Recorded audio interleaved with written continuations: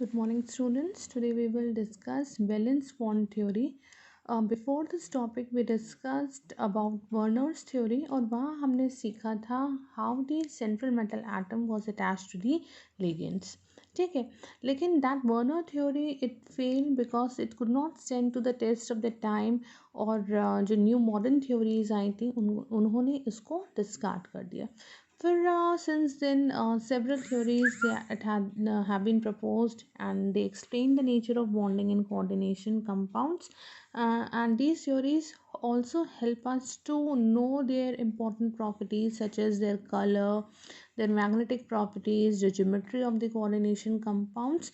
So, among them, this valence bond theory is quite important. Other theories are also there: crystal field theory, ligand field theory, molecular orbital theory, but we will discuss valence bond theory. The other theories are not in the syllabus this time. Now, valence bond theory. Before moving to the valence bond theory, we should know who proposed this theory. It was proposed by Linus Pauling, and it is also referred to as Pauling's theory. So, in many books, you will get valence bond theory or Pauling's theory. Okay. Now, the postulates, we should be aware of this valence bond theory. They are asked in exam also. So, the first postulate is that the central metal, this is suppose a coordination compound I am taking K4FeCN6. Alright, I have taken this coordination compound as an example. So central metal is this one. So central metal atom या फिर अगर ion होगा, it will provide a number of vacant orbital. इसके पास number of vacant orbital होंगे जो कि equal होंगे to its coordination number in order to accommodate the electrons which are donated by the ligands. यहाँ पे इन दोनों के बीच में coordinate bond होता है, that we have already studied. तो ये vacant orbitals provide करेगा the central metal atom in order to accommodate the electrons which are donated by the ligands. और each monodentate ligand it donates a pair of electrons to the central metal atom. Her ligand जो है monodentate ligand जो है वो अपने electron pair इस central metal atom को donate करता है so as to form the bond. Now the second postulate, जो वेकेंट एटॉमिक ऑर्बिटल्स हैं सेंट्रल मेटल एटम के या फिर आयन के, तो according to the requirement they undergo a specific type of hybridization. अब यहाँ पे हाइब्रिडाइजेशन जो होगी तो these orbitals they mix up together, they redistribute their energies, जैसे कि हाइब्रिडाइजेशन प्रोसेस में होता ही है. And on account of this mixing, the same number of hybrid orbitals of equal energy are obtained. Now third point, when ligands they approach, ये ligand जब approach करेगा to the central atom और ion, तो vacant hybrid orbitals जो central metal atom के हैं या फिर ion के, they overlap with the orbitals of the ligands. इन दोनों के orbitals के बीच में क्या होगी, overlapping will take place, and the ligands containing lone pair of electrons they form strong ligand और metal के बीच में coordinate covalent bond, strong coordinate covalent bond बनता है. जो नॉन बॉन्डिंग इलेक्ट्रॉन्स होते हैं सेंट्रल मेटल एटम के या फिर आयन के, they remain unaffected and they do not take part in chemical bonding. ऐसा नहीं है कि सारे इलेक्ट्रॉन्स इसके पार्टिसिपेट करेंगे बॉन्डिंग में, तो कुछ इलेक्ट्रॉन्स इसके रह जाते हैं, तो उनका कोई ऐसा यहाँ पे रोल नहीं है and they do not take part in the chemical bonding. अब during the formation of the complex, Hund's rule हम जो पढ़ते हैं स्ट्रक्चर ऑफ एटम में उसको फॉलो करेंगे while filling the electrons. Complex paramagnetic होगा if it contains one or more unpaired electrons, और डायमैग्नेटिक होता है अगर इलेक्ट्रॉन्स पेयर होते हैं. Now structure and shape of some coordination compounds on the basis of valence bond theory. Valence bond theory की basis पे हम यहाँ पे डिस्कस करते हैं स्ट्रक्चर या शेप किसी कोऑर्डिनेशन कंपाउंड का. तो वैलेंस बॉन्ड थ्योरी जो है एक टूल है to explain the structures and the geometries of the coordination compound, और ये बताता है कि जो किस टाइप के स्ट्रक्चर्स या शेप होते हैं. तो बेसिकली यहाँ पे अकॉर्डिंग टू दिस थ्योरी हम दो शेप्स पढ़ेंगे. First one is here octahedral complex. Octahedral complex further दो तरीके की कैटेगरीज में सब डिवाइडेड है. एक तो होता है inner orbital complex and the other one is outer orbital complex. Inner orbital complex को हम कैसे पता लगाते हैं?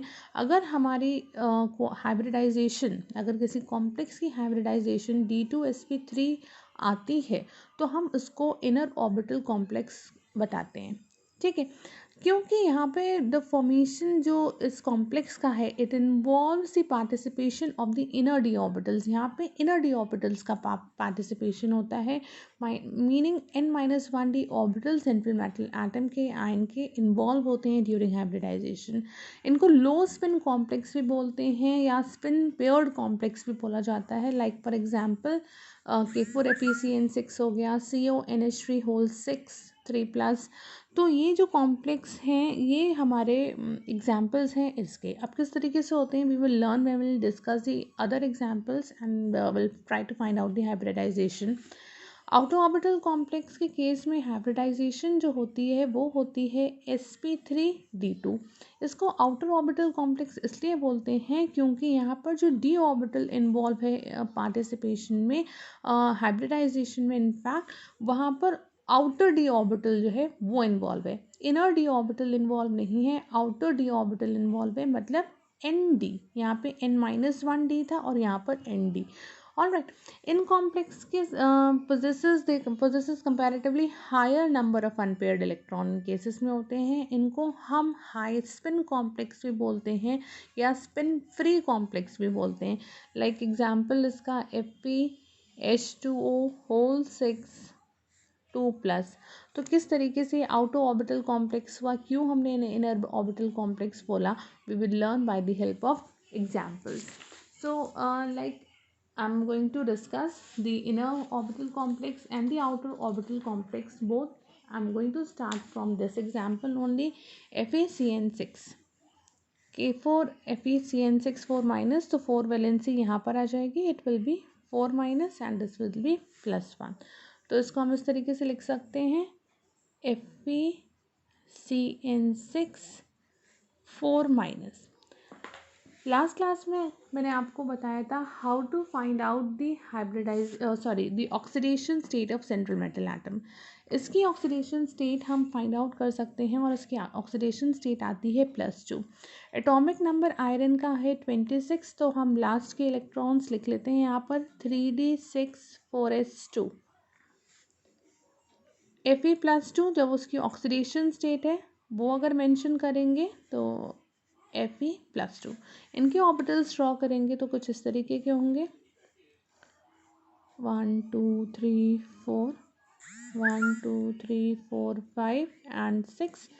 4s के 2 इलेक्ट्रॉन्स हमारे पास हैं और जब 4s है तो 4p भी होगा यहाँ पर और 4d भी होगा। d के हमें यहाँ पे we don't need it, 4p ये वेकेंट ऑर्बिटल हमारे पास यहाँ पर आ गया।